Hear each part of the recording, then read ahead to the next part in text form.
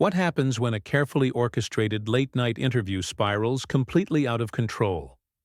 When a guest arrives with their own agenda and refuses to play by the rules? Tonight, we dive into one of the most explosive moments in late-night television history, where Stephen Colbert found himself face-to-face with a guest who had no intention of answering his questions.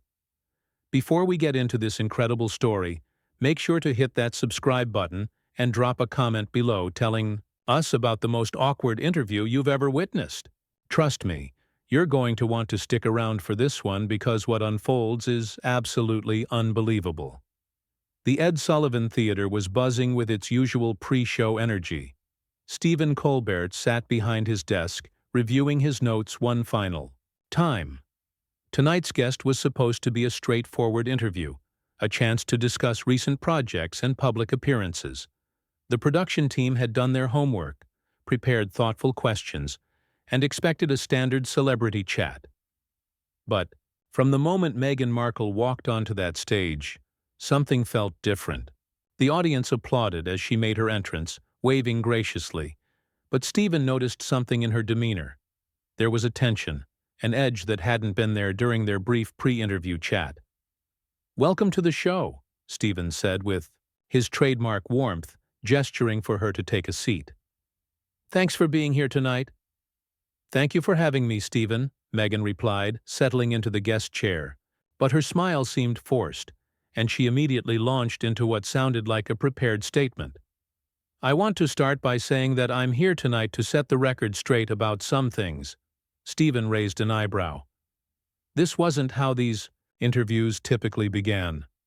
"Well, we're certainly glad you're here.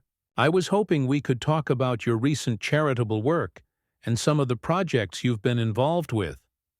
"That's exactly what I'm talking about," Meghan interrupted, her voice already rising slightly. "The way the media focuses on certain aspects of my work while completely ignoring others. It's a pattern, Stephen, and I think your viewers deserve to know the truth." The host leaned back slightly, maintaining his professional composure. "I'm not sure I follow. What truth are you referring to?" "The truth about how women, particularly women of color, are treated in the public eye. The truth about how certain narratives are pushed while others are buried." Her hands gestured emphatically as she spoke. "I came here tonight because I thought this show would be different.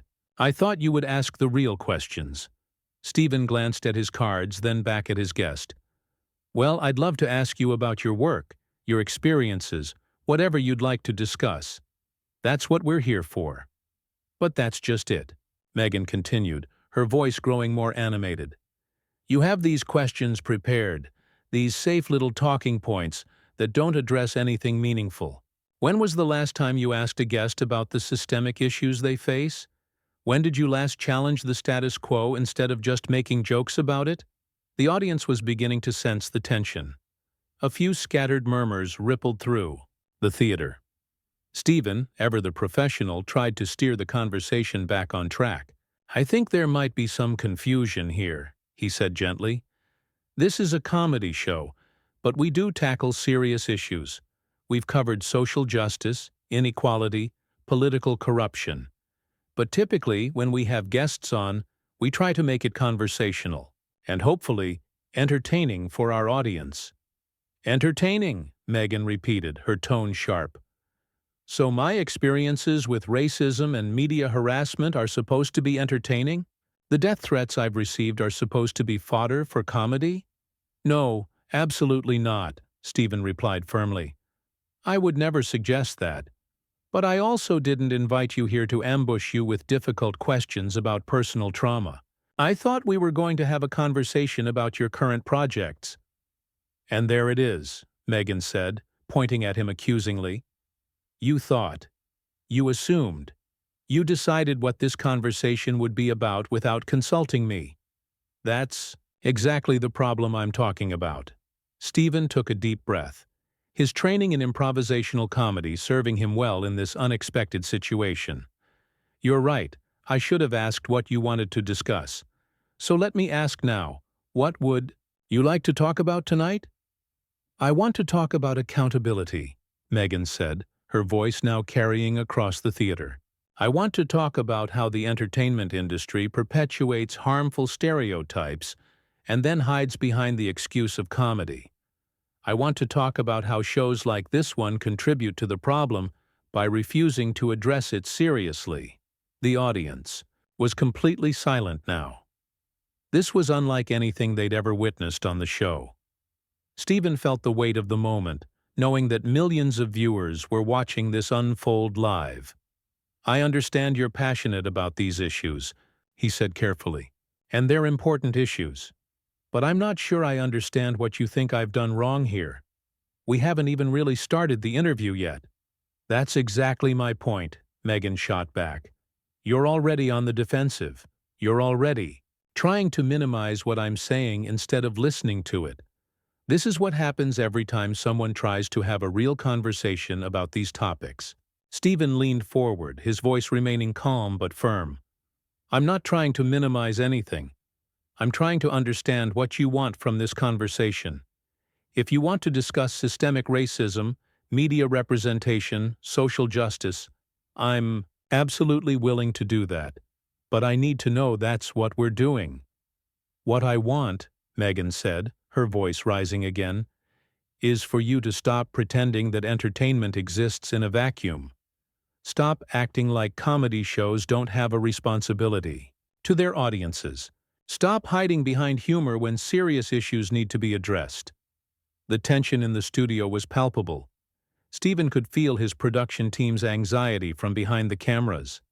This was live television, and things were spiraling quickly. Stephen could see his producer frantically gesturing from the wings, but he remained focused on his guest. Years of hosting had taught him that the best way through a difficult interview was often straight through it.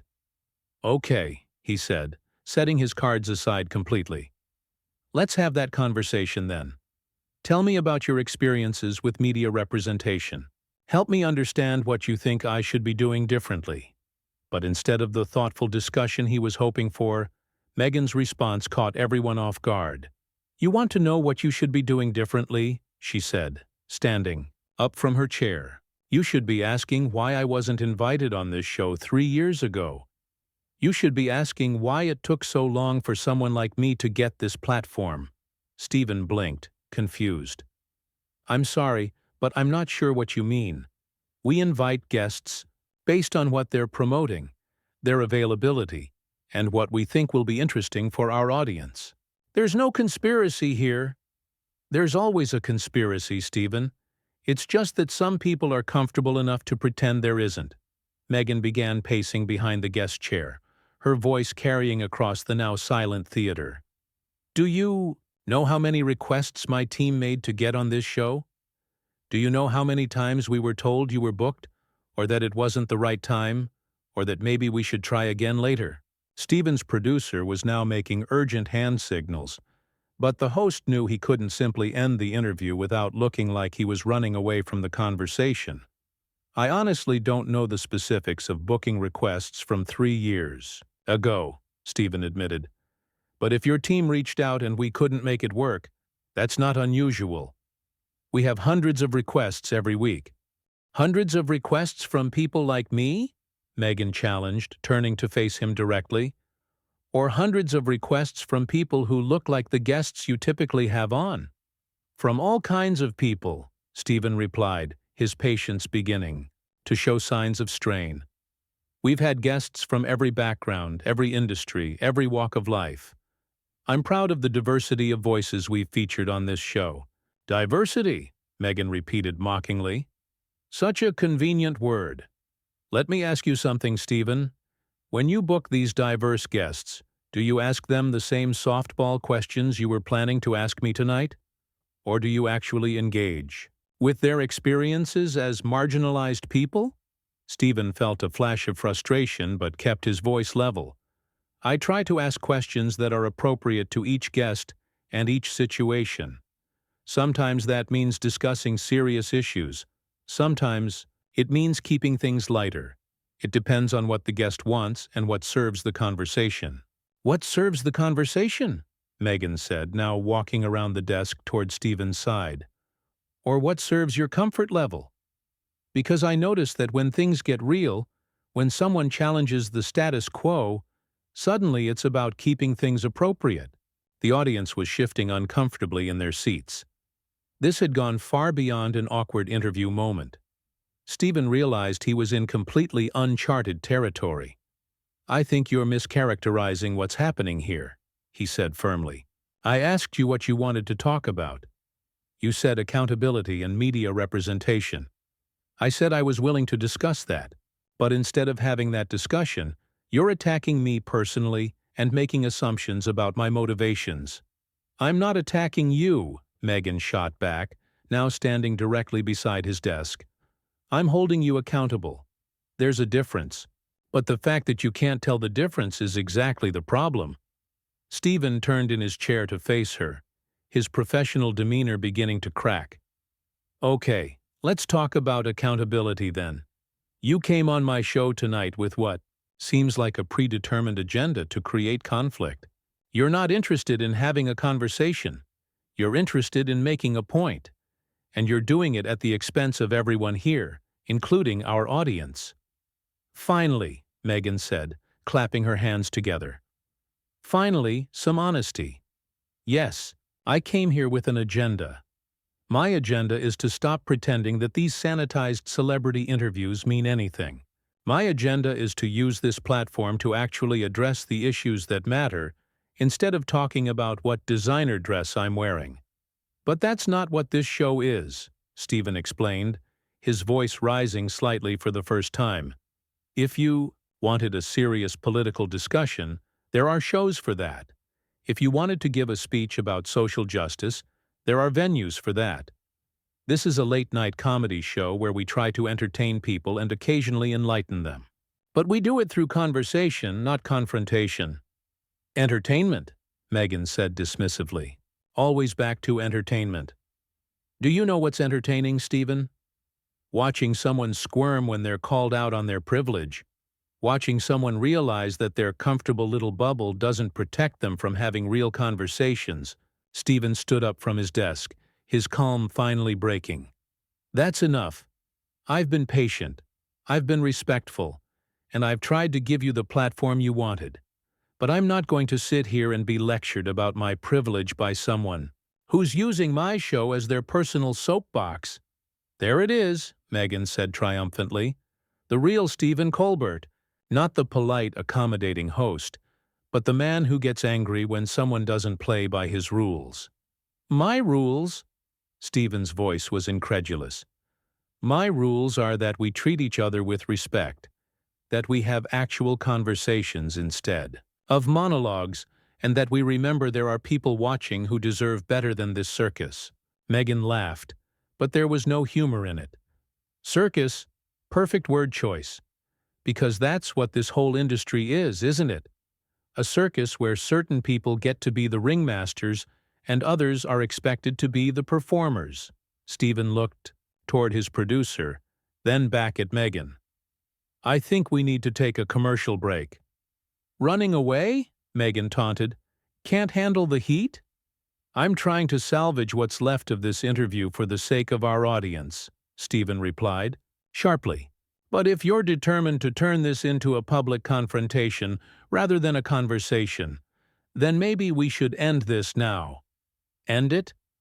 Meghan's voice rose to a level that made several audience members visibly uncomfortable.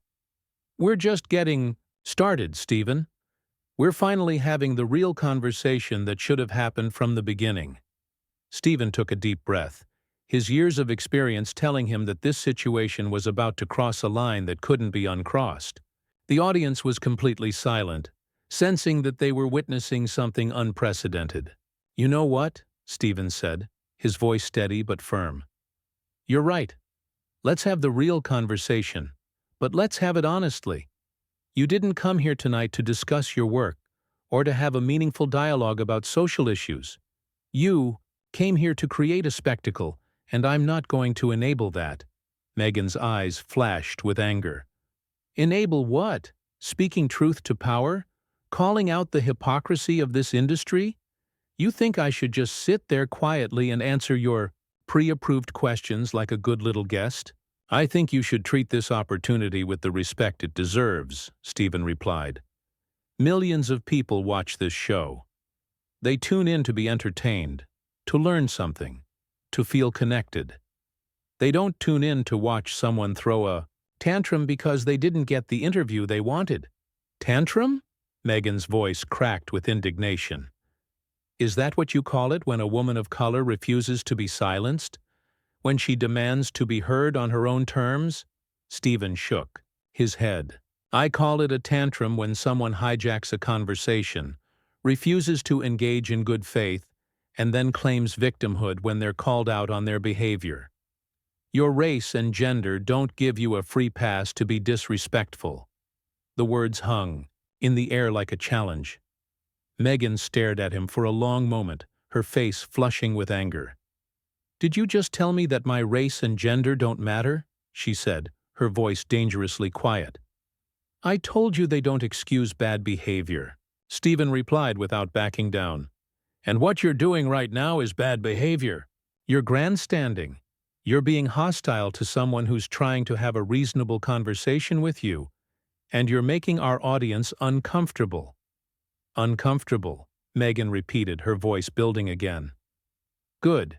Maybe people should be uncomfortable. Maybe they should have to confront the reality that their entertainment comes at the expense of people like me. Stephen gestured toward the audience. These people didn't come here to be lectured. They came here to enjoy themselves for an hour. They work hard, they have their own problems, and they deserve better than having their evening hijacked by someone who thinks their personal grievances are more important than basic courtesy. Courtesy? Meghan laughed bitterly. You want to talk about courtesy? How about the courtesy of actually listening when someone tells you about their experiences? How about the courtesy of acknowledging that maybe, just maybe, you don't understand what it's like to be me? I never claimed to understand what it's like to be you, Stephen said, his voice rising. But I understand what it's like to try to do my job while someone makes it impossible. I understand what it's like to extend courtesy and have it thrown back in my face. Meghan moved closer to his desk, her finger pointing at him accusingly. Your job? Your job is to ask questions and smile and make people laugh. My job is to survive in an industry that would rather see me fail than succeed. Don't you dare compare our situations. I'm not comparing our situations, Stephen shot back. I'm comparing our behavior.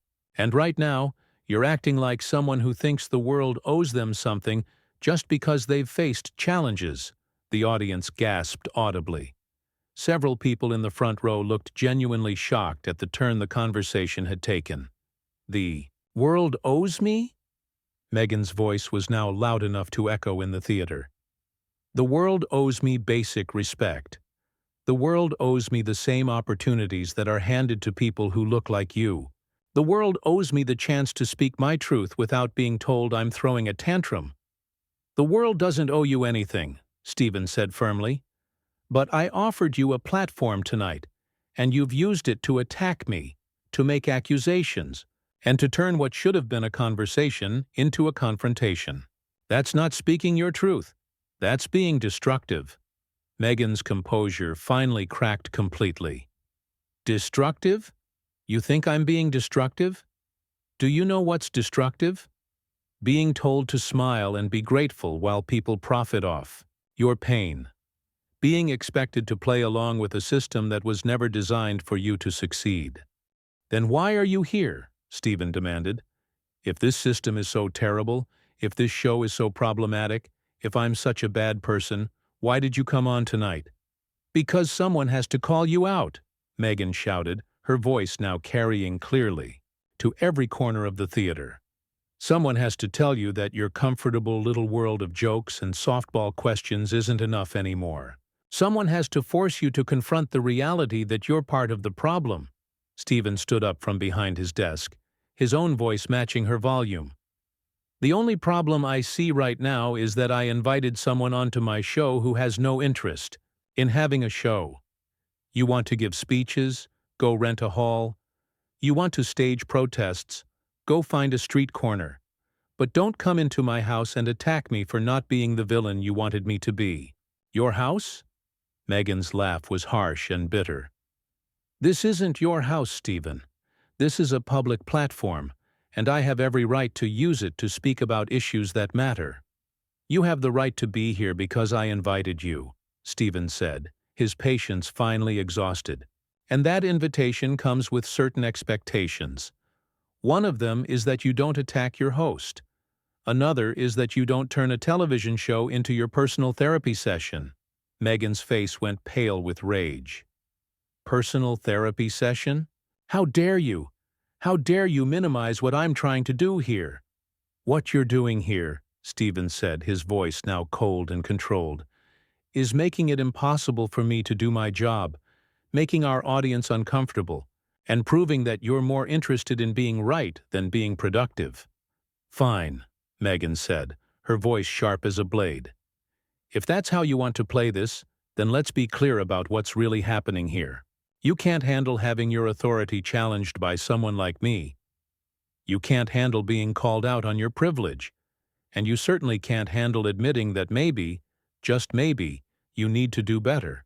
Stephen looked at her for a long moment, then toward his producer, then back at Meghan. I think we're done here. We're done when I say we're done, Meghan snapped. Actually, Stephen said, his voice returning to its professional tone, we're done when I say we're done. This is my show, and I'm ending this interview now. Security will escort you out. Meghan stared at him in shock. You're kicking me off? Your show? For telling the truth? I'm ending an interview that stopped being an interview 20 minutes ago, Stephen replied calmly. Ladies and gentlemen, we're going to take a break. When we come back, we'll have some music for you. As security approached, Meghan's voice rose one final time. This is exactly what I'm talking about. The minute someone challenges the status quo, they get silenced. Remember this moment, people. Remember how quickly they shut down the conversation when it gets real. Stephen waited until she was escorted from the stage before turning back to the audience. I'm sorry you had to see that, folks. Sometimes live television doesn't go as planned. But that's the beauty of it too, right? You never know what's going to happen next. The audience burst into applause, clearly relieved that the tension had finally broken. Stephen managed to smile, but those who knew him well could see the exhaustion in his eyes. We'll be right back, he said, and the show cut to commercial. What did you think of this explosive confrontation? Have you ever seen a guest completely lose control like this on live television? Drop a comment below and let us know your thoughts. And don't forget to subscribe for more incredible stories from the world of entertainment. Sometimes the most memorable moments happen when everything goes wrong.